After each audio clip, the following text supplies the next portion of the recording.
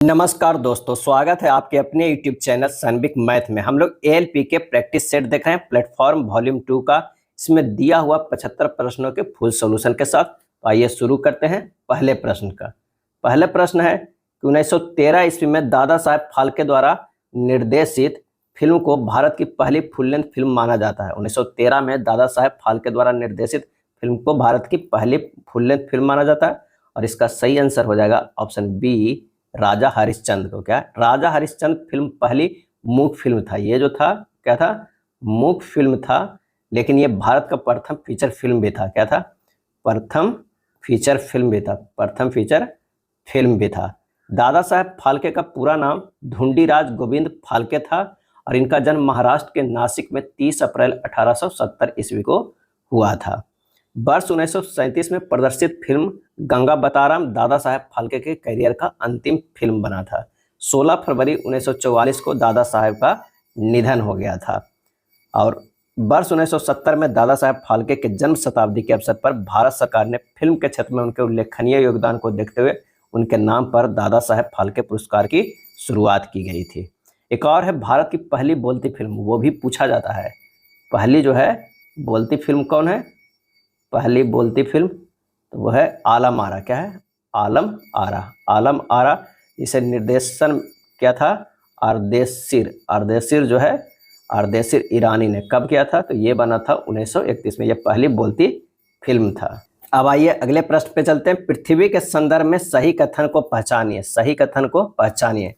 तो ध्रुवों से भूमध्य रेखा की ओर जाने पर पृथ्वी का व्यास घटता है, ये गलत है। ध्रुवों से भूमध्य रेखा की ओर जाने पर पृथ्वी की त्रिज्या बढ़ जाती है, ये सही है। पृथ्वी के संदर्भ में यह सही है कि ध्रुवों के मध्य रेखा की ओर जाने पर पृथ्वी की त्रिज्या बढ़ जाती है। पृथ्वी की धुरी जो एक काल्पनिक रेखा है जो अपने कक्षीय तल के साथ जो है कितने डिग्री का कोण बनाता है, तो 66.1/2 डिग्री का कोण बनाती है। क्या है, कोण बनाती है। पृथ्वी पर ऊर्जा का प्रमुख स्रोत जो है वो क्या है, वो सूर्य है और पृथ्वी की गोलाकार आकृति के कारण इसका आधा भाग ही एक बार में सूर्य से प्रकाश प्राप्त करता है। गोलाकार आकृति के कारण क्या है, आधा भाग ही सूर्य के प्रकाश प्राप्त करता है। अगला है भारतीय संविधान की 11वीं अनुसूची में विषय शामिल है। कितनी विषय जो है शामिल है, तो आंसर हो जाएगा 29 विषय।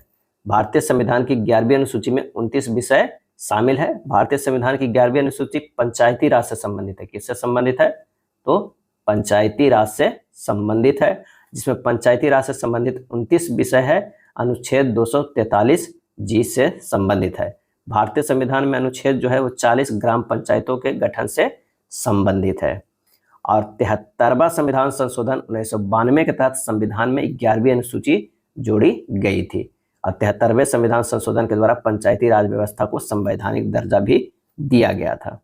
अगला है मोहन एक समलंब के आकार के खेत खरीदना चाहता है। इस खेत की नदी के साथ वाली भुजा सड़क के साथ वाली भुजा के समानांतर है और लंबाई में दुगनी है। यदि इस खेत का क्षेत्रफल 10,500 मीटर स्क्वायर है तो दो समांतर भुजाओं के बीच के लंबता दूरी 100 मीटर है, तो नदी के साथ वाली भुजा की लंबाई ज्ञात करना है। कह रहा है कि ये जो है सड़क के समानांतर है और ये जो है वो नदी के समानांतर, ये नदी के। और क्या है, समलंब चतुर्भुज के आकार का खेत है। क्या है, समलंब चतुर्भुज के आकार का खेत है। इसका जो हो जाएगा लंबाई x है और इसका 2x है। क्या 2x है और दोनों भुजाओं के बीच की लंबता, ये दूरी जो ये है ये कितना है, 100 मीटर है। क्या है, 100 मीटर है। तो ये हो जाएगा समलंब। तो दिया हुआ है समलंब चतुर्भुज का क्षेत्रफल दिया हुआ है। कितना दिया हुआ है, तो ये दिया हुआ है 10,500। क्या है, 10,500। तो फार्मूला हो जाता है समलंब चतुर्भुज का, जो हो जाता है ½ × x + 2x गुना 100 बराबर कितना, 10,500। क्षेत्रफल दिया हुआ 10,000 और यह हुआ x + 2x जो है और गुना 10 जो है इसकी ऊंचाई लंबता दूरी होता है। तो ये हो जाएगा कितना, 3x बराबर 210, x बराबर हो जाएगा 70। क्या है, x तो 70 आ गया, यानी नदी के साथ वाले भुजा की लंबाई कितनी हो जाएगी, तो 2 × 70 140 हो जाएगा और सड़क के वाला क्या हो जाएगा, 70 हो जाएगा। पूछ रहा है नदी के साथ वाले भुजा की लंबाई, तो ये हो गया 140 मीटर। आंसर जो हमारा हो जाएगा वो डी हो जाएगा। क्या है, डी हो जाएगा। 5वां प्रश्न कह रहा है कि शीर्ष 0,4 है, शीर्ष 0 4 0 0 और 3 0 वाले त्रिभुज का परिमाप क्या होगा। सबसे तो पहले हमें त्रिभुज बनाना होगा। तो ये एक त्रिभुज बनाते हैं।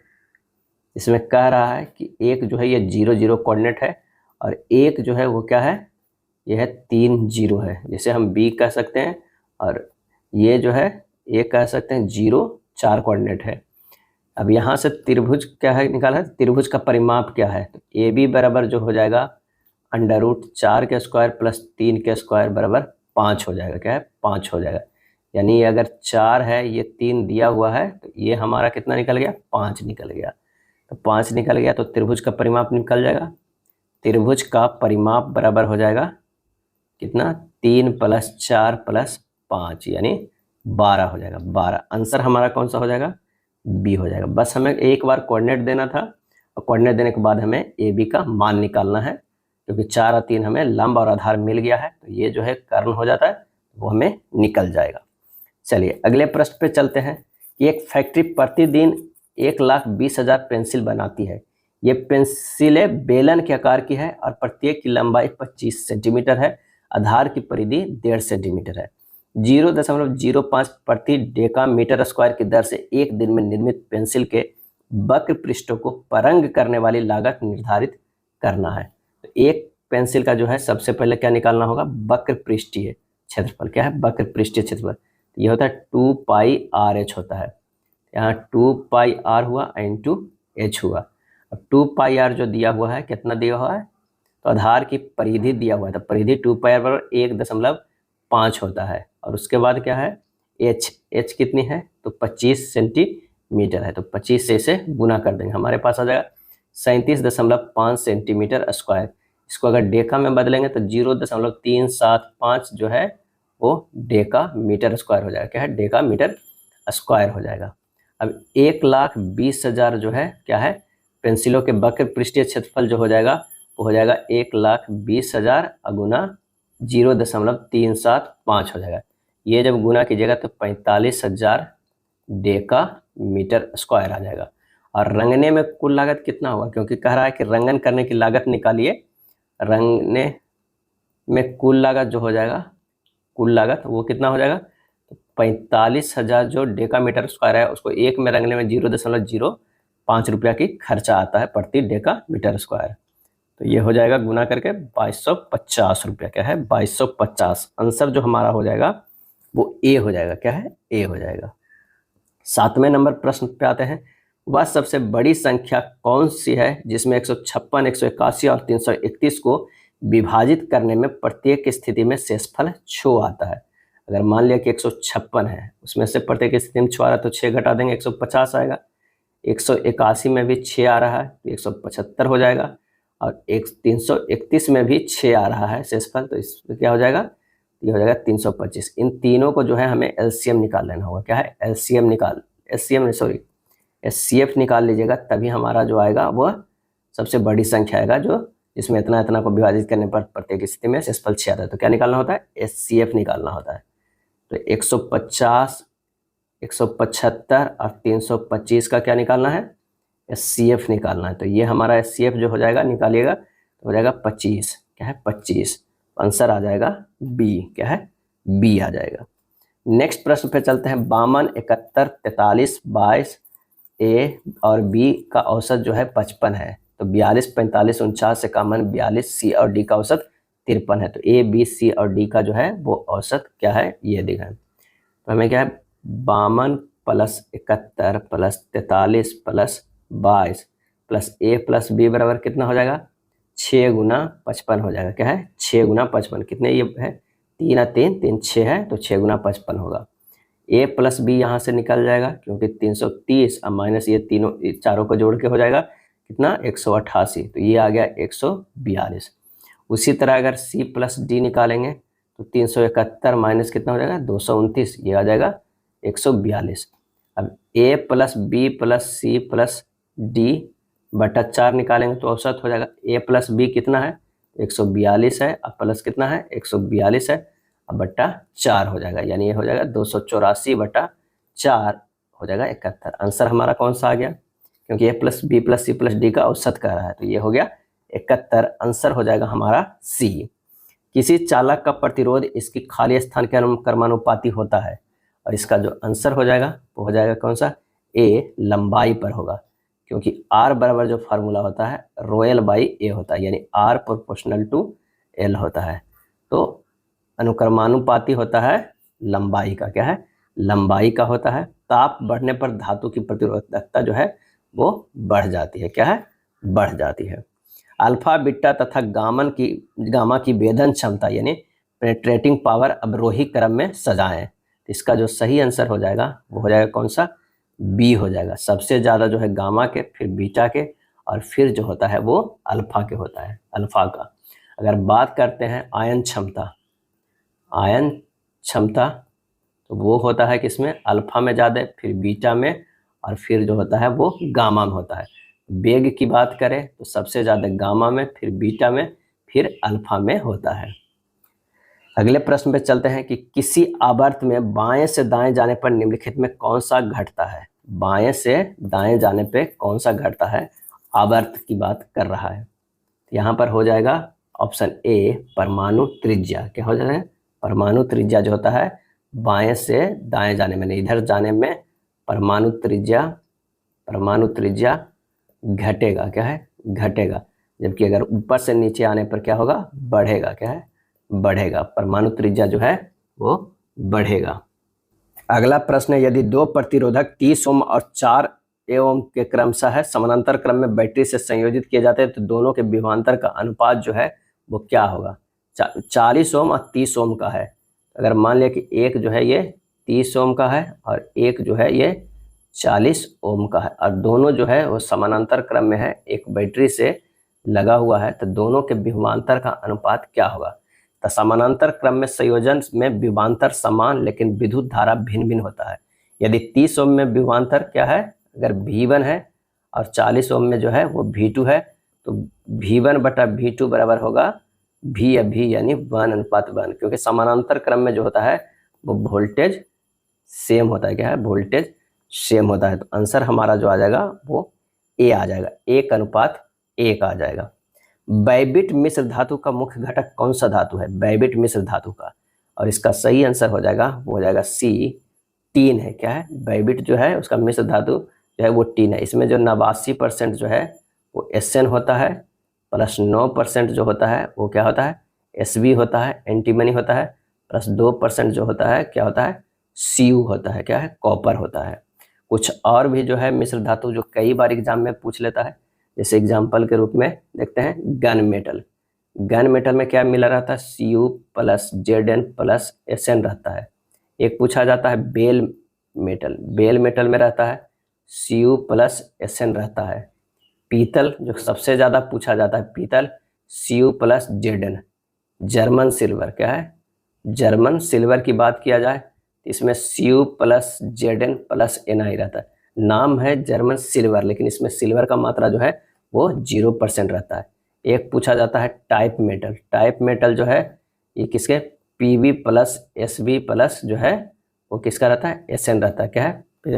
और एक जो रहता है जो कास्ट रहता है, कास्ट, इसमें क्या रहता है, Cu प्लस Sn रहता है, Cu प्लस जो है वो Sn रहता है।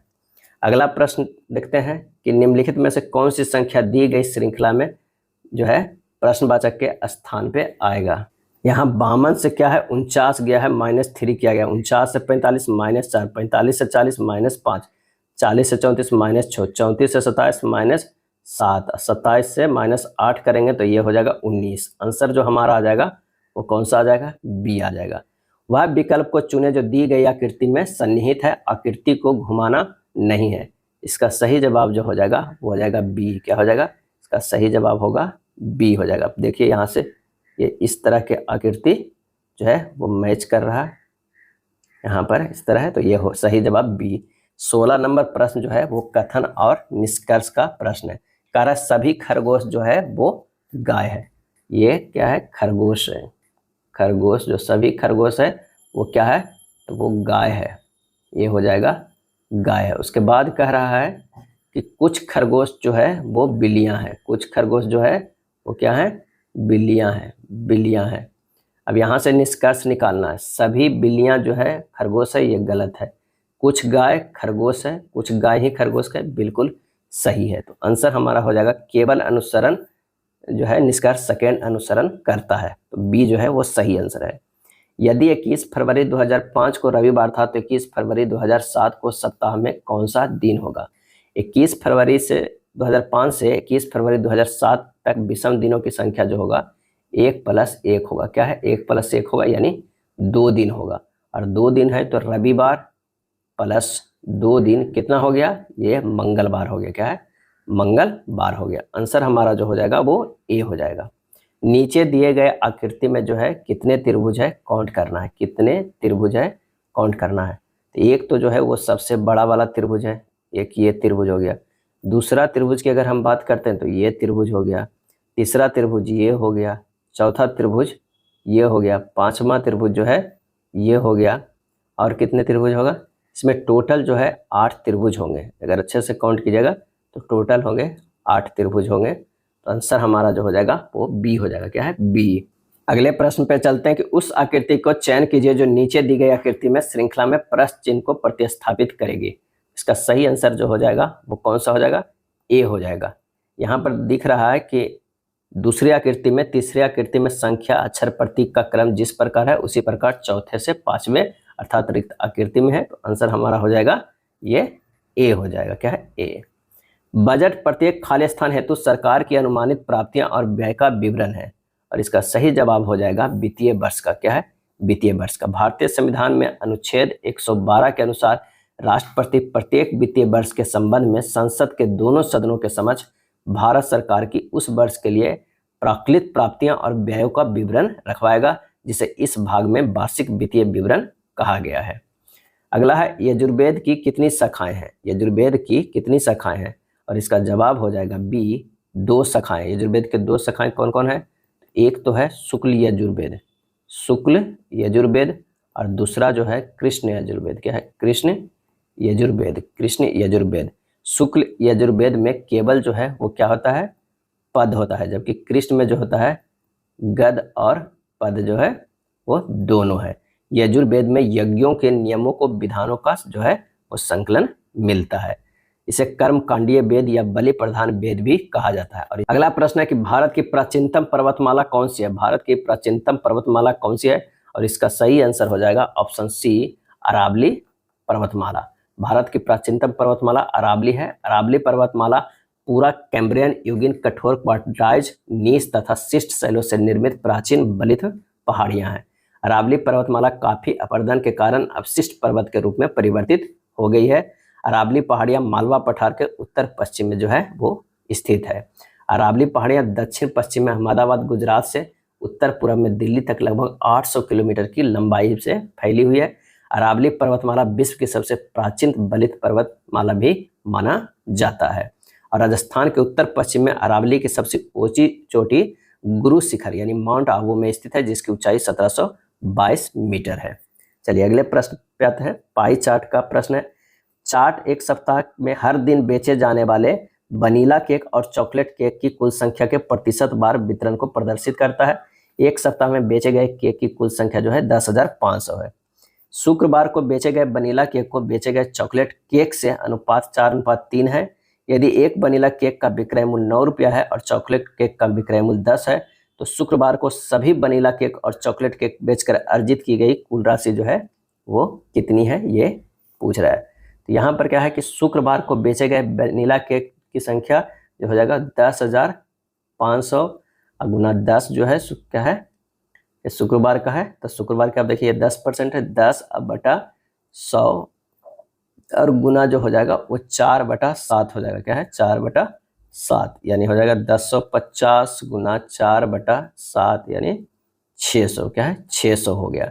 और शुक्रवार को बेचे गए चॉकलेट केक की संख्या जो होगा 10,500 गुना 10/100 और ये गुना हो जाएगा 3/7, क्योंकि 4:3 है। तो अगर हम मान लें कि हमें वनीला को देखना है तो 4 होता है और नीचे 4 + 3 7 करेंगे तभी ये होगा हमारा। और ये 3 जो आया है वो किसका है? ये चॉकलेट का है। तो जब इसे कैलकुलेट करेंगे तो 1050 गुना हो जाएगा 3/7 आ जाएगा, यानी ये हो जाएगा 450। और शुक्रवार को बेचे गए वनीला केक और चॉकलेट केक द्वारा जो है अर्जित कुल राशि कितना हो गया? तो अर्जित राशि जो हो गया वो 600 गुना 9 प्लस 1 का कीमत कितना है 450 बेचा गया, इसका कीमत 10 है, यानी 1 से 5400 रुपया आया और 1 से 4500 आया, हुआ टोटल कितना तो 9900। तो आंसर हमारा जो आ गया वो 9900 हो गया, यानी बी हो गया। नेक्स्ट प्रश्न है, किसी मूलधन पर 12% की वार्षिक ब्याज दर से 8 वर्षों में प्राप्त साधारण ब्याज 4800 है। उसी मूलधन पर 10% की चक्रवृद्धि ब्याज की दर से, जिस पर ब्याज वार्षिक रूप से संयोजित होता है, 3 वर्षों में प्राप्त होने वाली चक्रवृद्धि ब्याज क्या हो जाएगा। सबसे पहले हमको क्या निकालना होगा, मूलधन निकालना होगा। तो इस फार्मूला से, इस फार्मूला से साधारण ब्याज अगर दिया हुआ हो तो मूलधन कैसे निकालते हैं, साधारण ब्याज गुना 100 बटा दर गुना समय। यहाँ पर क्या है, हमें सब कुछ दिया हुआ है। साधारण ब्याज दिया हुआ है 4800, 100 तो है ही, दर हमारा दिया हुआ है 12% और कितने सालों के लिए, 8 सालों के लिए। यहाँ से हमको जो है 5000 निकल गया मूलधन। क्या है मूलधन। अब कर रहा है चक्रवृद्धि ब्याज निकालना है, इस पे जब दर जो है वो क्या है 10% हो और समय कितना दिया हो 3 साल, क्या है 3 साल दिया हो। 10% को लिख सकते हैं 10 बटा 100, यानी कट गया 1 बटा 10 आ गया। यहाँ पर क्या हो गया कि ये मूलधन हो गया और ये मिश्रधन हो गया। क्या है, मिश्रधन हो गया। अगर मूलधन 10 है तो मिश्रधन कितना है 11 है।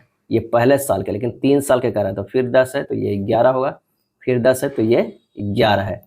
अब इसे गुना कीजिए, ये 1000 आ जाएगा, ये जो गुना करने पर आ जाएगा 1331 आ जाएगा।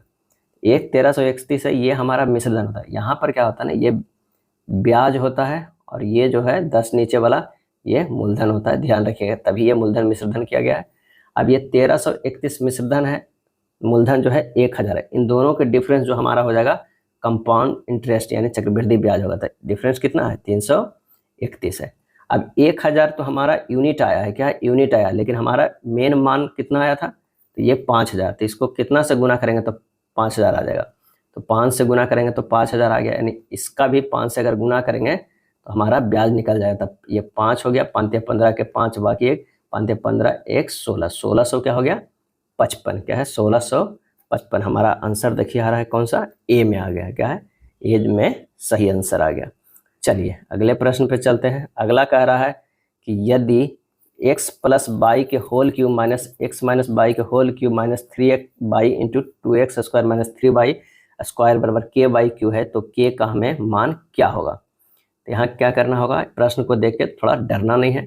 सबसे पहले ध्यान रखना कि x प्लस बाई के होल क्यूब बराबर हम लोग क्या फार्मूला जानते हैं, तो ये जानते हैं x cube plus by cube plus 3x square by plus 3x by जानते हैं। दूसरा फार्मूला कौन जानते हैं, एक्स माइनस बाई के होल क्यूब बराबर, तो ये जानते हैं x cube minus by cube minus 3x square by plus 3x by square है।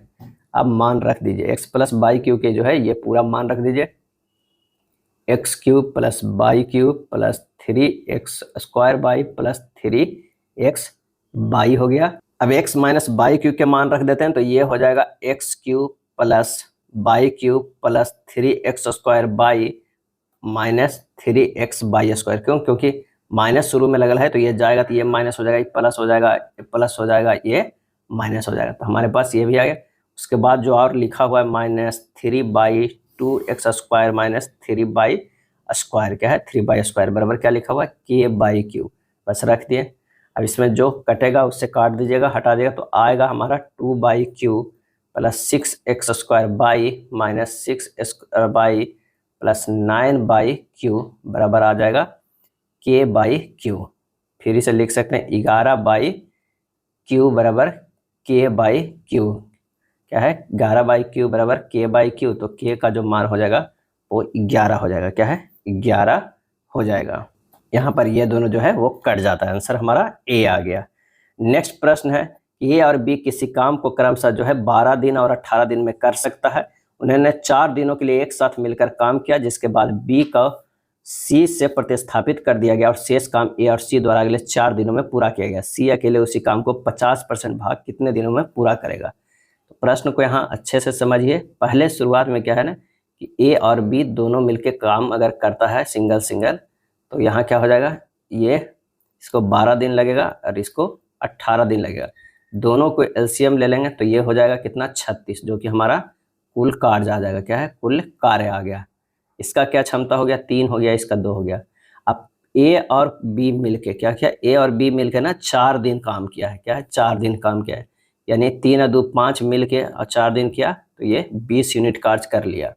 अब 20 यूनिट कार्य कर लिया तो बचा कितना, तो 36 माइनस 20 कितना हो जाएगा, 18 हो गया। क्या है, सॉरी 18 16 हो गया। 36 माइनस 20 16 कार्य और बच रहा है। अब कह रहा है प्रश्न में कि सी और ए मिलके, मतलब 3 तो है उसका, ए का क्षमता, सी मिलके जो है वो 4 दिनों में करता है और 16 काम को फिनिश करता है। तो ये होगा 12 प्लस 4c बराबर 16, 4c बराबर कितना हो जाएगा 4, c बराबर हो जाएगा 1, यानी c का जो क्षमता है वो 1 है। c का क्षमता कितना आ गया, हमसे यहाँ से 1 आ गया है। अब 1 आ गया है, कुल कार्य 36 है और 1 की क्षमता से अगर c करेगा तो क्या होगा, 36 दिन लगेंगे। या इसमें है, इसमें दिन में है तो 36 दिन आंसर हो जाएगा। आंसर जो हमारा हो जाएगा वो डी होगा, लेकिन डी होगा तब जब 100%। करा 50% भाग कितने दिनों में करेगा, तो इसका क्या है कि हाफ करना होगा, तो ये हमारा जो आंसर होगा फाइनली वो बी हो जाएगा। अब गलती से 36 नहीं लगा दीजिएगा, क्योंकि 50% भाग जो है वो करने के लिए पूछ रहा है। आ रहा है जो 100% करने के लिए वो 36 दिन लगाएगा, 50% करने के लिए क्या लगेगा, 18 दिन ही लगाएगा।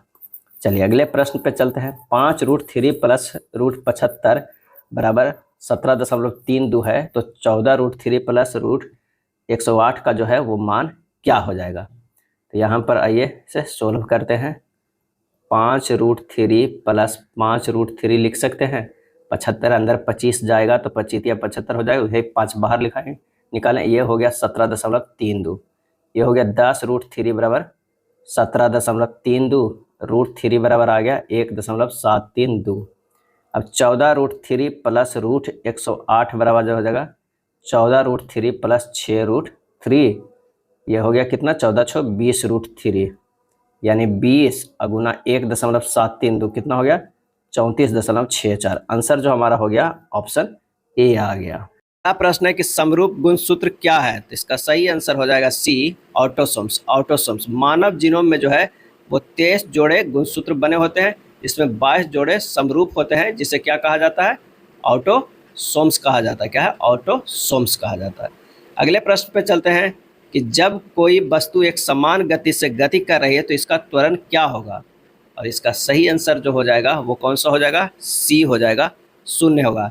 जब कोई वस्तु एक समान गति से कर रहा है, यानी यहाँ पर अगर मान लिया कि समय है, ये वेग का ग्राफ देते हैं, ये y है, x है, और ये समान गति से चल रहा है, तो a बराबर जो है वो 0 हो जाएगा। क्या हो जाएगा, 0 हो जाएगा। त्वरण के 0 होने में वेग समय ग्राफ समय h के समानांतर होता है, यह एक समान वेग है। यदि वस्तु एक समान त्वरण से सरल रेखा में गति कर रही होती है तो वेग समय ग्राफ भी सरल रेखा होता है, जो समय अक्ष के साथ कुछ कोण बनाती हुई तथा मूल बिंदु से गुजरती है। संदेश स्थानांतरण का कार्य निम्नलिखित में कौन सी कोशिकाएं करती है, और इसका सही आंसर हो जाएगा बी, लंबी सखान्वित तंत्रिकाएं कोशिकाएं जो है वो करती है। संदेश स्थानांतरण का कार्य लंबी सखान्वित तंत्रिका कोशिकाएं करती है। मानव शरीर में अनेक प्रकार की कोशिकाएं होती है जो कार्य और आकृति से भिन्न होती है। संदेश प्राप्त करके उसका स्थानांतरण का कार्य तंत्रिका कोशिकाओं के द्वारा जो है वो किया जाता है। हैलोजनों में से सर्वाधिक अभिक्रियाशील तत्व कौन सी है, और इसका सही आंसर हो जाएगा बी, फ्लोरीन। क्या है, फ्लोरीन गैस जो है चूने के साथ अभिक्रिया करके ब्लीचिंग पाउडर का निर्माण करता है, और ये सर्वाधिक अभिक्रियाशील तत्व है जो है वो है फ्लोरीन है। क्या है, फ्लोरीन है। जबकि क्लोरीन जो है क्या है, क्लोरीन जो है गैस चूने के साथ अभिक्रिया करके ब्लीचिंग पाउडर देती है, CaOCH के whole twice plus Cl2 CaOCl2 plus H2O देती है।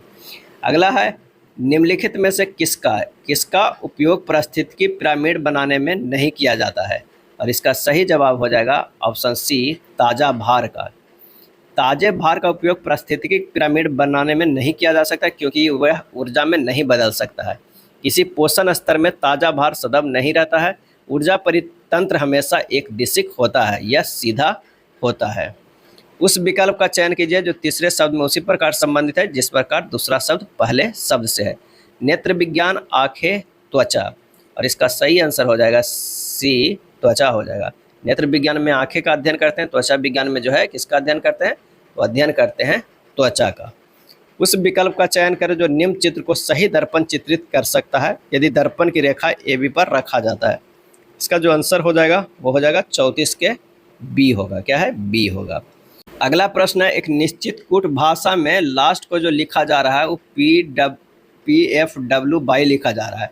तो उसी कूट भाषा में हमको MEN को क्या लिखा जाएगा। तो पहले आइए देखते हैं कि इन दोनों में जो किस तरह का रिलेशन है।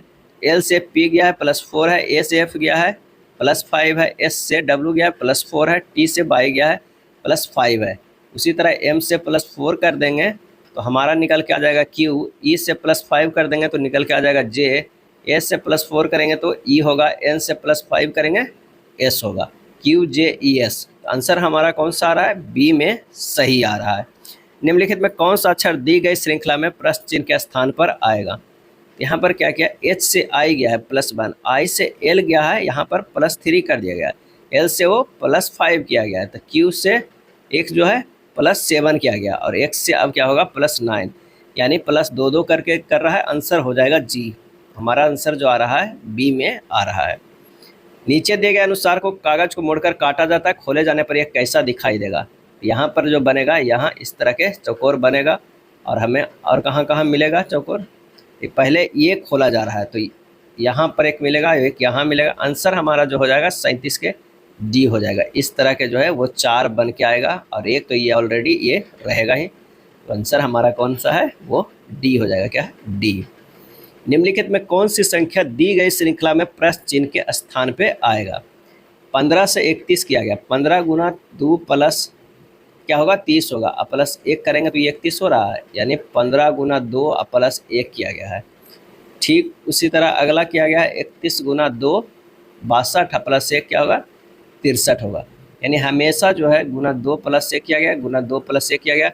इसमें भी करेंगे 255 गुना 2 +1, ये हो जाएगा 5 दूनी 10 के 0, बाकी 1 5 दूनी 10 के 11, बाकी के 2 1 3 और उसके बाद हो जाएगा +1 300 सॉरी कितना 4 1 500 हो जाएगा 510, तो ये हो जाएगा 511। आंसर हमारा हो जाएगा बी। जुलाई 2024 में किसके द्वारा चौथी बिम्स्टेक सुरक्षा प्रमुख बैठक में भारत का नेतृत्व किया गया। सही आंसर हो जाएगा सी, अजीत डोभाल के नेतृत्व में। चौथा जो है बिम्स्टेक संगठन के सुरक्षा प्रमुखों की बैठक 27 जुलाई 2024 को कहाँ हुआ था। तो ये हुआ म्यांमार की राजधानी जो है वो किसमें, पयीताब में। क्या है? पयीताब जो है वहाँ है, वहाँ पर किया गया इसका आयोजन म्यांमार की राजधानी में। किसे अगस्त 2024 में संयुक्त राष्ट्र UN में भारत की अस्थायी प्रतिनिधि नियुक्त किया गया। और इसका आंसर हो जाएगा बी, पी हरीश को। पी हरीश को ये नियुक्त किया गया। पी हरीश संयुक्त राष्ट्र और अंतर्राष्ट्रीय संगठनों में भारत के पूर्व स्थायी प्रतिनिधि रुचिरा कंबोज के स्थान लिए हैं। चावल की कीमत 20% की कमी एक व्यक्ति को 450 में 50 किलोग्राम अधिक चावल प्राप्त करने में सक्षम बनाती है। चावल का मूल्य जो है वो प्रति किलोग्राम ज्ञात कीजिए, जो मूल्य है। तो चावल का आरंभिक जो है वो कीमत कितना है, 100 रुपया पर केजी। ठीक है। अब कमी होने के बाद चावल का मूल्य ये हो जाए x गुना 80/100 यानी 0.8 रुपया है। अब प्रश्न में कह रहा है कि 450/0.8 खरीदता है। अब पहले खरीदता था 450 रुपया में 100 रुपये पर किलोग्राम में, तो कितना हो सर 50 किलोग्राम जो है वो चावल ज़्यादा खरीद रहा है। तो यही कह रहा है ना, 450 रुपया में अगर इतना रुपया दे रहा है 0.8 रुपया, तो निश्चित है कि वो ज़्यादा खरीदेगा। और पहले खरीदता था 450 में 100 रुपया से, तो वो कुछ केजी खरीदता था, दोनों को घटाएंगे वो कितने के बराबर आएगा, 50 के बराबर आएगा। बस हमें यहीं तक जो है मेन समझना था, बस इसे कैलकुलेट करके x का वैल्यू लाना है। ये हो जाएगा 450 गुना 1 माइनस 0.8/0.8x, ये हो जाएगा 50 बराबर। तो x का मान निकल जाएगा 450 गुना 0.2/50 गुना 0.8 यानी 2.25 हो जाएगा। यानी चावल का जो मूल्य कीमत है वो 2.25 प्रति किलोग्राम है। आंसर हमारा होगा बी होगा। चलिए नेक्स्ट प्रश्न है कि एक त्रिभुज दिया हुआ है ABC में, AB बराबर AC है बिंदु। क्या है? AB बराबर AC बिंदु है। अब बिंदु O जो है BC पर इस प्रकार है कि BO बराबर CO है और OD रेखा AB पर लंबता है और OE रेखा AC पर लंबता है। यदि कोण BOD बराबर 60 डिग्री है तो कोण AOE का माप क्या होगा। प्रश्न के अनुसार हमें पहले क्या करना होगा कि फिगर को ड्रा करना होगा, क्या फिगर को ड्रा करना होगा। ये हो जाएगा ए, ये हो जाएगा बी, ये हो जाएगा सी, यहाँ पर ओ बिंदु है जो यहाँ पर डी है, और यहाँ जो होगा ई होगा, यानी डी है, ई है, और ये 90 डिग्री है, ये क्या है 90 डिग्री है, और ये जो दिया हुआ है ये 60 डिग्री है, और ये में बराबर है। यहाँ से निकल जाएगा कि ए बी बराबर ए सी, बी ओ क्या है, बी ओ बराबर जो है ओ सी, ओ डी परपेंडिकुलर टू है ए बी तथा ओ ई परपेंडिकुलर टू है ए सी। तो त्रिभुज बी डी ओ में जो हो जाएगा त्रिभुज डी बी ओ बराबर, सॉरी कोण डी बी ओ बराबर हो जाएगा 180 degree minus 90 degree plus 60 degree, तो ये हो जाएगा कितना 30 डिग्री। इसी तरह कोण ए बी सी में हो जाएगा कोण ए सी बी बराबर 30 डिग्री, क्योंकि ए बी बराबर जो है क्या है ए सी है।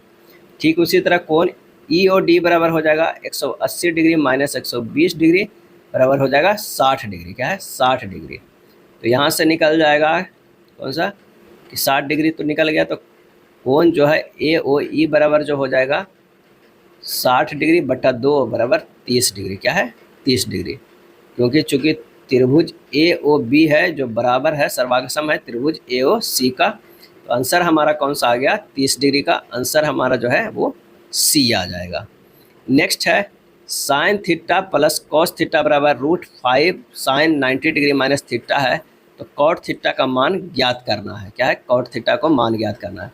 यहाँ दिया हुआ है sine theta plus cos theta बराबर √5 साइन 90 डिग्री माइनस थीटा, तो sine theta plus cos theta बराबर हो जाएगा √5 कॉस थीटा, साइन थीटा बराबर हो जाएगा √5 कॉस थीटा माइनस क्या है कॉस थीटा। अब कॉस साइन थीटा बराबर है √5 cos theta minus cos theta, यहाँ से कॉस थीटा जो है कॉमन ले लेंगे तो √5 माइनस 1 बच जाएगा, और sine theta by cos theta कर देंगे तो ये हो जाएगा √5 माइनस 1, जो कि ये टेन थीटा क्या है कॉट थीटा के बराबर हो जाएगा, सॉरी क्या है कॉट थीटा के ये बराबर हो गया। कौन सा होगा साइन थीटा कॉस थीटा में होगा टेन थीटा होगा, नहीं ये होगा निकालना क्या है कॉट थीटा का मान, तो इसको अपोजिट कर दीजिए कॉस थीटा बटा साइन थीटा कर दीजिए, उलट दीजिए 1/√5 माइनस 1 हो गया, ये जो हो गया वो कॉट थीटा के बराबर हो गया, इसका हमें मान निकाल देना, तो 1/√5 माइनस 1 इंटू ऊपर नीचे √5 प्लस 1 √5 प्लस 1 से कीजिएगा, हमारा जो निकल के आ जाएगा वो कितना आ जाएगा, ये हो जाएगा √5 प्लस 1/4 आ जाएगा। आंसर जो हमारा हो जाएगा कौन सा डी हो जाएगा, क्या है डी हो जाएगा। चलिए 44 नंबर प्रश्न कह रहा है कि रथिन को वर्तमान उम्र 16 वर्ष है जबकि उसके चचेरे भाई का वर्तमान उम्र 7 वर्ष है, कितने वर्षों बाद रथिन की उम्र उसके चचेरे भाई की उम्र का 1.5 गुना हो जाएगा। माना कि x वर्ष बाद रथिन का उम्र उसके चचेरे भाई का जो है वो 1.5 गुना हो जाएगा, क्या है x मान ले ये होगा 16 प्लस x बराबर हो जाएगा 1.5 गुना, और ये 7 प्लस x हो जाएगा, क्या है 7 प्लस x, बस इतना ही करना था। ये हल कीजिए 16 प्लस x बराबर 10.5 प्लस 1.5x, x बराबर जो हो जाएगा 11 वर्ष, क्या है 11 वर्ष, आंसर हो जाएगा बी हो जाएगा। अगला है एक टंकी में 3 पाइप है, क्या है 3 पाइप ए बी सी लगे हुए हैं, पहला पाइप ए है जो खाली टंकी को 8 घंटे में भर सकता है, दूसरा पाइप बी खाली टंकी को 10 घंटे में, तीसरा पाइप सी पूरी टंकी को 20 घंटे में खाली कर सकता है। यदि टंकी को पूर्ण रूप से खाली होने पर इन तीनों पाइपों को एक साथ खोल दिया जाए तो टंकी कितने घंटे में पूरी तरह भर जाएगी। यानी ए जो है ना वो प्लस में है, भरने में है, वो 8 घंटा लगाता है, बी जो है वो ये भी भरने का काम करता है, ये कितने 10 घंटे में, और सी जो है वो खाली करने का जो है काम करता है कितने 20 घंटे में। तीनों का अगर एलसीएम लेना है, जब भी लेना है साथ में एलसीएम लेना है, तो इतना कार्य हो जाएगा, इसका 5 क्षमता, इसका 4 क्षमता, इसके 2 क्षमता है। अब तीनों पाइपों को साथ टंकी में भरने में लगा समय कितना होगा, 40 को भरना है, तो एक 5 से भर रहा है, एक 4 से, लेकिन खाली भी तो एक 2 से कर रहा है, तो ये कितना हो जाएगा 40/7 हो जाएगा, यानी इतने जो है वो घंटे लगेंगे। आंसर हमारा हो जाएगा बी। यदि कोई ग्रह सिकुड़ना शुरू कर देता है तो जी का मान क्या हो जाएगा, इसका आंसर हो जाएगा बढ़ने लगेगा। कोई सिकुड़ना शुरू कर देगा तो जी के मान बढ़ने लगेगा। गुरुत्वीय जो है गुरुत्व जनित त्वरण जो है जी द्वारा सूचित किया जाता है, और जी का जो मान होता है ना 9.8 मीटर पर सेकेंड स्क्वायर होता है। पृथ्वी की घूर्णन गति बढ़ने पर जी के मान कम हो जाता है। अगर ये घूमने लगा है, घूर्णन गति अगर ये बढ़ गया है तो जी का मान जो है, जी का मान बढ़ जाएगा। क्या है? बढ़ जाएगा। जी का मान होता है कैपिटल जी बटा capital M by capital R square होता है। ग्रह के सिकुड़ने पर त्रिज्या आर में कमी होगा जबकि द्रव्यमान अपरिवर्तित रहेगा, अतः जी के मान जो है वो क्या होगा? जी के मान जो है वो घटने लगेगा। क्या होगा? जी का मान जी का मान बढ़ने लगेगा। आर ये घटेगा, मैंने घटेगा तो जी का मान बढ़ेगा, ए हो जाएगा। एक गोलीय दर्पण है, एक पतले गोलीय लेंस, दोनों की फोकस दूरी जो है 10 सेंटीमीटर है। दर्पण और लेंस के किस प्रकार की होने की संभावना है? और इसका आंसर हो जाएगा दोनों जो है अवतल होने की संभावना है। अवतल दर्पण एवं अवतल लेंस दोनों की फोकस दूरी जो है वो ऋणात्मक होती है, क्योंकि यहाँ फोकल दूरी -10 दिया हुआ है, तो दोनों का ऋणात्मक होती है। किसी तार परिबद्ध मानक प्रतिरोध में मैग्नीन या कंसंट्रेटन का उपयोग होता है, इसका कारण क्या है? आंसर हो जाएगा इनकी प्रतिरोधकता ताप के साथ लगभग अपरिवर्तित जो है वो बनी रहती है। क्या है? बनी रहती है। विद्युत बल्ब में किसका यूज होता है फिलामेंट के रूप में? तो टंगस्टन का यूज होता है। अब विद्युत फ्यूज में जो है लेड तथा टीन के बने मिश्र धातु का प्रयोग किया जाता है और उष्मा उत्पन्न करने वाले यंत्र में नाइक्रोम के तार का प्रयोग किया जाता है, यानी हीटर में जो है वो नाइक्रोम का तार लगा हुआ रहता है। नीले हरे शैवाल में क्या होता है? और इसका सही आंसर जो हो जाएगा बी, थाइलेकाइड झिल्ली होता है। नीले हरे शैवाल में थाइलेकाइड झिल्ली होता है। थाइलेकाइड झिल्ली हरित लवक में मौजूद आंतरिक झिल्ली है जो प्रकाश संश्लेषण में सहायता करती है। माइटोकॉन्ड्रिया क्या करता है? भोजन के ऑक्सीकरण के बाद एटीपी के रूप में जो है ऊर्जा मुक्त करता है। लाइसोसोम को आत्महत्या की थैली भी कहा जाता है। माइटोकॉन्ड्रिया को कोशिका का ऊर्जा गृह यानी एनर्जी हाउस भी कहा जाता है। अगला है ग्लेशियल एसिटिक अम्ल है। ग्लेशियल एसिटिक अम्ल है और इसका सही आंसर जो हो जाएगा वो हो जाएगा सी, पानी से मुक्त 100% एसिटिक अम्ल है। और एक और गॉल्जी का यहाँ दिया हुआ है। गॉल्जी काय को क्या कहा जाता है? यातायात का प्रबंधन करने वाला, यातायात का प्रबंधन करने वाला। ग्लेशियल एसिटिक अम्ल है, पानी से मुक्त 100% एसिटिक अम्ल। अगला प्रश्न है कि 5 व्यक्ति है, एक वृत्ताकार मेज की ओर चारों ओर केंद्र की ओर मुख करके बैठे हुए हैं। 5 व्यक्ति जो है वो बैठे हुए, इस तरह के 5 व्यक्ति बना लेंगे कि कहाँ पर बैठेंगे। बी डी के दाईं ओर से दूसरे स्थान पर बैठा हुआ है। बी जो है डी के दाईं ओर दूसरे स्थान पे बैठा हुआ है, यानी बी होगा तो दूसरे स्थान पे है डी के, तो ये यहाँ पर डी हो जाएगा। ए बी के दाईं ओर से दूसरे स्थान पर बैठा है। ए जो है वो बी के दाईं ओर से दूसरे स्थान पर, यानी एक और ये दूसरे स्थान पर यहाँ ए बैठा हुआ है। अब बच गया सी और ई को बैठाना है। सी ए का निकटतम पड़ोसी नहीं है तो सी यहाँ हो जाएगा, यहाँ पर जो बैठेगा वो ई हो जाएगा। डी के ठीक दाईं ओर कौन है? डी के ठीक दाईं ओर जो है वो हमारा हो जाएगा सी। आंसर हमारा कौन सा होगा? 51 के सी। अगला प्रश्न है कि निम्नलिखित संख्या श्रेणी के संदर्भ में पूछे गए प्रश्नों को उत्तर दे। उपरोक्त श्रृंखला में सभी सम संख्याओं को हटा दिया जाए तो निम्नलिखित में कौन सी संख्या बाएं से छठे स्थान पे है? तो चलिए सम को हटा देते हैं, इसे हटा देते हैं, उसके बाद इसे भी हटा देते हैं। यहाँ में सम संख्या ये हो गया, ये हटा दिया गया और हमें यहाँ पर ये हटा दिया गया। अब ये भी सम संख्या को हटा देते हैं, इतना में ही छठे संख्या आ जाएगा, तो हो जाएगा 1 2 3 4 5 6, क्या हो गया 6। छठे स्थान पे कौन आ गया? तो वो हो गया 3। आंसर हमारा हो गया डी। कथन एवं तर्क का प्रश्न है कि विद्यार्थी ने शिकायत दर्ज की है कि इस वर्ष कक्षा X की बोर्ड परीक्षाओं में निर्धारित पाठ्यक्रम से बाहर के प्रश्न पूछे गए थे। तर्क: इस वर्ष कक्षा 10 की बोर्ड परीक्षा में उत्तीर्ण प्रतिशत में 8% की गिरावट हुई है। इस वर्ष कक्षा X की बोर्ड परीक्षा में 60% से अधिक अंक प्राप्त करने वाले विद्यार्थियों की संख्या में 15% की वृद्धि हुई है। और इसका सही आंसर जो हो जाएगा वो 53 का कौन सा हो जाएगा?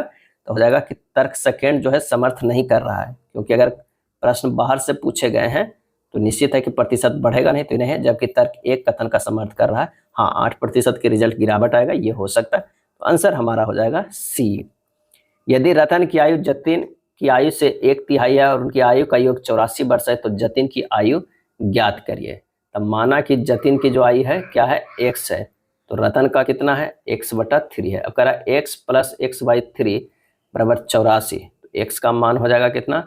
84 × 3/4 हो जाएगा। क्या है? 84 × 3/4 यानी 21 × 3 बराबर 63 हो जाएगा। ये कितना हो गया? इसलिए हो गया कि 3x + x/3 बराबर 84 हुआ है। 4x हो जाता है, तो आंसर हमारा जो आ जाएगा वो 63 हो जाएगा। क्या है? 63। ए जो है वो सही आंसर है। कथन और धारणाएं का प्रश्न है। देश जी के निर्णय के बाद जो 1 दशक पहले प्रदूषण को नियंत्रित करने के लिए लिया गया था, देश एन ने भी देश में कारों की संख्या पर उच्चतम सीमा निर्धारित करने का निर्णय लिया है। इसलिए अब यदि देश एन में कोई व्यक्ति कार खरीदना चाहता है तो उन्हें तब तक इंतजार करना होगा जब तक कि देश में कोई अपनी कार नहीं बेचता है या कोई कार पूरी तरह से अक्रिय यानी नॉन फंक्शनल के रूप में पंजीकृत और नष्ट स्क्रैप्स नहीं की जाती है। धारणाएं। देश एन में अन्य परिवहन विकल्प देश में कार स्वामित्व रहित आबादी की आवश्यकताओं को पूरा करने के लिए पर्याप्त है। इस निर्णय से देश जी में प्रदूषण को नियंत्रित करने में सफल होने की सर्वाधिक संभावना है। और इसका सही आंसर जो हो जाएगा 55 का वो होगा सी, दोनों का अनुमान लगाया जा सकता है। आंसर सी सही होगा। क्यों होगा? क्योंकि देश एन में अन्य परिवहन विकल्प देश की कार स्वामित्व रहित आबादी की आवश्यकताओं को पूरा करने के लिए पर्याप्त है तथा इस निर्णय से देश जी में प्रदूषण को नियंत्रित करने में सफल होने की सर्वाधिक संभावना है। इसलिए दोनों अनुमान लगाया जा सकता है। 24 घंटे के प्रारूप में 4:15 बजे को किस प्रकार दर्शाया जाता है? तो 16.15 को दर्शाया जाता है 24 घंटा के प्रारूप में। तो यहाँ आंसर जो हमारा हो जाएगा बी हो जाएगा। 12 के बाद 13 आता है, 14 आता है, 15 आता है, 16 आता है, यानी यहाँ पर 1 बजता है, यहाँ 2 बजता है, यहाँ 3 बजता है, यहाँ 4। तो 16:15 को ही 4:15 कहा जाता है। तो आंसर हो जाएगा बी। फ्रांस में आयोजित 77वें कांस फिल्म फेस्टिवल में सर्वोत्तम अभिनेत्री का पुरस्कार जीतने वाली पहली भारतीय महिला बनी। और इसका आंसर हो जाएगा ए, अनसुईया सेनगुप्ता। क्या है? अनसुईया सेनगुप्ता। अनसुईया सेनगुप्ता एक भारतीय अभिनेत्री और प्रोडक्शन डिजाइनर है। वे कोलकाता पश्चिम बंगाल के रहने वाली है। अनसुईया सेनगुप्ता को द सेमलेस 2024 फिल्म के लिए कांस फिल्म फेस्टिवल में अनसर्टेन रिगार्ड अवार्ड श्रेणी में बेस्ट एक्ट्रेस का जो है वो पुरस्कार दिया गया है। किसके लिए दिया गया था? द सेमलेस के लिए।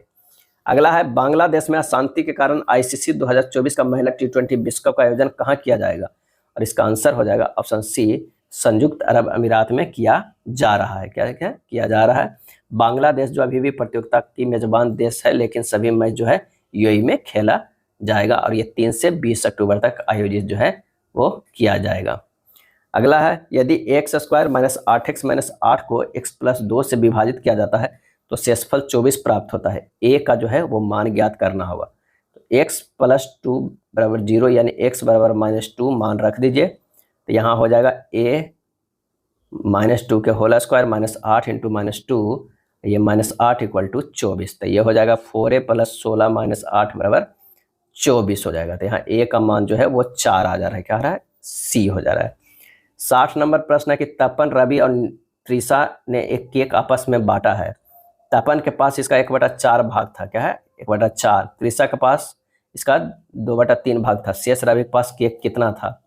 तो रवि का हिस्सा जो होगा वो 1 माइनस हो जाएगा। 1 + 4 + 2/3 = 1 - 3 + 8/12 यानी 1 - 11/12 यानी 1/12 भाग। आंसर जो हो जाएगा वो बी हो जाएगा।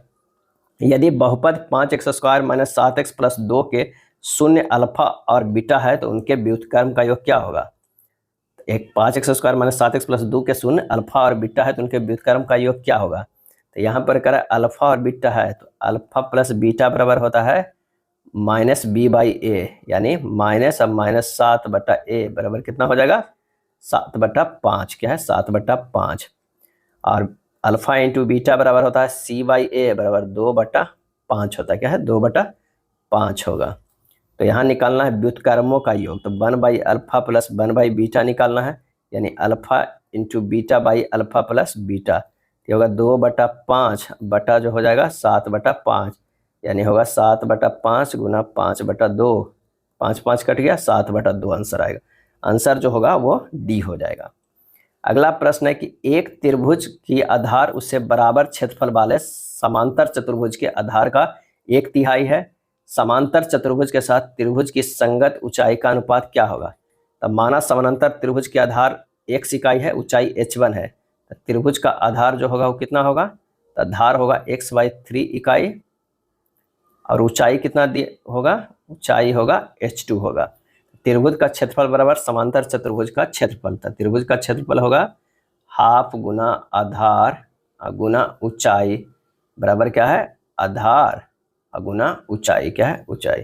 ये समानांतर चतुर्भुज का क्षेत्रफल हो गया, ये त्रिभुज का क्षेत्रफल हो गया, दोनों बराबर कर दिए। अब ये half into x/3 into H2 बराबर x इंटू H1 हो जाएगा, क्योंकि समानांतर चतुर्भुज के जो हम माने हैं आधार x इकाई और ऊंचाई H1 माने हैं। तो x गुना H1 हो गया। तो ये जब इसे हल करेंगे तो ये होगा H2/6 बराबर H1, यानी H2/H1 बराबर आएगा 6/1 अनुपात। क्या है? 6/1 अनुपात। 2, 5, 8, 14, 21 का माध्य क्या होगा? तो सबको जोड़ के 5 है यहाँ पर टर्म दिया हुआ, तो 5 से डिवाइड कर देंगे, ये आएगा 50/5 बराबर आंसर जो हमारा आ जाएगा 10 आ जाएगा। अगला है, एक उत्तल लेंस को कांच के अपवर्तनांक के बराबर अपवर्तनांक वाले द्रव में डुबाया गया है, यह व्यवहार करेगा। कैसा व्यवहार करेगा? तो समतल कांच की तरह व्यवहार करेगा, समतल कांच की तरह व्यवहार करेगा। एक ग्लास पट से गुजरने पर प्रकाश किरण पुंज पर पार्श्विक विस्थापन निम्न पर निर्भर करता है, और इसका आंसर हो जाएगा सी, आपतन कोण और ग्लास पट की मोटाई दोनों पर जो है वो करता है, क्योंकि डी बराबर जो होता है टी साइन डेल बटा होता है कॉस आर। क्या होता है? कॉस आर होता है। टी साइन डेल होता है बटा कॉस आर होता है। विटामिन डी की कमी से खाली स्थान होता है। सही जवाब हो जाएगा ऑप्शन सी, सूखा रोग होता है। क्या होता है? रिकेट्स होता है। अब क्वासिक्योरकर जो है वो किसकी कमी से होता है? ये प्रोटीन की कमी से होता है। क्वासिक्योरकर, क्या क्वासिक्योरकर?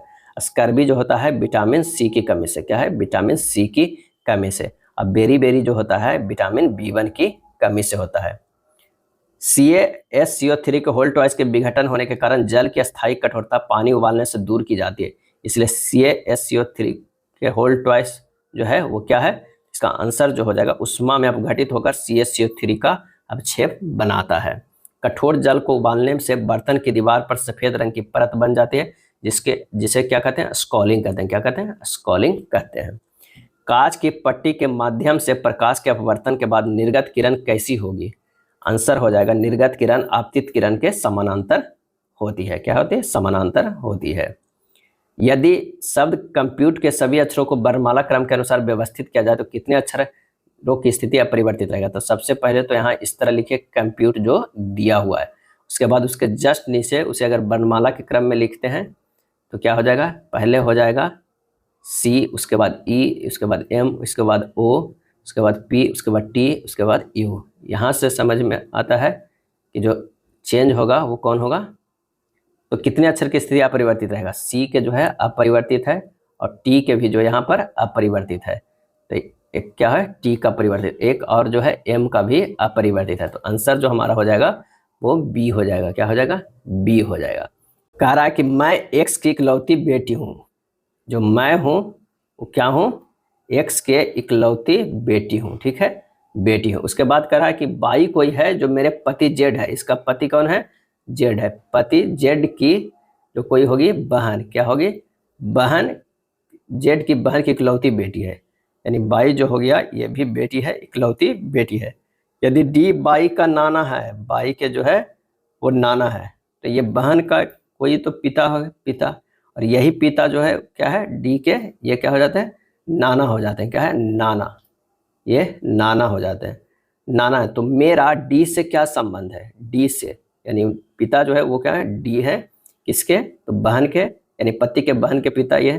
तो डी से क्या संबंध है? तो ये हो जाएगी बहू। क्या है? बहू। आंसर हमारा हो जाएगा ए हो जाएगा। नीचे दिए गए चित्र में त्रिभुज एवं वर्ग की संख्या ज्ञात करें। इसका सही आंसर जो हो जाएगा वो हो जाएगा डी, 44 त्रिभुज हो जाएगा और 10 वर्ग हो जाएगा। क्या है? 10 वर्ग हो जाएगा। 72 नंबर प्रश्न है कि निम्नलिखित में से अलग भिन्न की आकृति को चुनिए। तो इसका जो सही आंसर हो जाएगा वो होगा सी। सी जो है वो अलग है, अन्य सभी में सरल रेखाओं से बना है, जबकि सी जो है वो वक्र रेखा से बना हुआ है। पी, क्यू, आर तथा एस कैरम खेल रहे हैं। पी तथा क्यू साथी हैं। एस का चेहरा उत्तर की तरफ है। यदि पी का चेहरा पश्चिम की तरफ है तो दक्षिण की तरफ किसका चेहरा है? यानी पी, क्यू, आर, एस जो है वो 4 लोग मिलकर कैरम खेल रहा है। पी तथा क्यू साथी है, पी और क्यू जो है वो साथी होंगे। उसमें कह रहा है एस का चेहरा उत्तर की ओर है, यानी इधर एस का चेहरा उत्तर की तरफ है, पी का चेहरा पश्चिम की तरफ है, यानी इधर जो हो जाएगा पी हो जाएगा, इधर हो जाएगा क्यू हो जाएगा। क्या है? क्यू है। तो दक्षिण की तरफ जो चेहरा है वो किसका होगा? तो ये आर का होगा। आंसर हमारा जो हो जाएगा वो ए हो जाएगा। क्या है? ए हो जाएगा। नेक्स्ट है निम्नलिखित आकृति में कितने वर्ग है? बताना है कि इसमें से कितने वर्ग है। तो 74 के जो हो जाएगा वो डी हो जाएगा। टोटल जो है वो 8 वर्ग है। कितना? 8 वर्ग है। जब इसे काउंट कीजिएगा तो 1 2 3 4 5 6 और एक जो निकलेगा ये 7, एक ये वाला जो निकलेगा ये 8 जो है वर्ग है। अगर कोड जेड बराबर इतना है, आर बराबर इतना है, तो जे का मान क्या होगा? जेड का जो है 2197 दिया गया। जेड का स्थानीय मान तो हम लोग 26 जानते हैं, और अगर हम 26 जानते हैं और 2197 को देख रहे हैं तो ये क्या है? 13 के क्यू है, क्यू है, क्या है? 13 के क्यू है। यानी 13 के अगर क्यू रहता तभी आपको स्ट्राइक होता है कि 2197 जो है वो क्यू है। तो 13 कैसे आएगा? तो 26 को अगर भागा दे देंगे 2 से तो 13 आ जा रहा है, यही क्यू बन के यहाँ है। पूछ रहा है आर बराबर 729। आर का स्थानीय मान 18 है, 18 के भागा देंगे 2 से तो 9 है, 9 के क्यू है जो 729 हो रहा है। तो उसी तरह हमको क्या निकालना है? जे का। तो जे का स्थानीय मान 10 है, 10 को भागा देंगे 2 से 5 आएगा, 5 के क्यू करेंगे तो 125 आएगा। आंसर हमारा जो आ जाएगा वो डी आ जाएगा। क्या है? डी आ जाएगा। ये था आरआरबी एएलपी का सेट नंबर 5। अगर वीडियो अच्छा लगा तो प्लीज़ लाइक एंड शेयर कर दीजिएगा। धन्यवाद।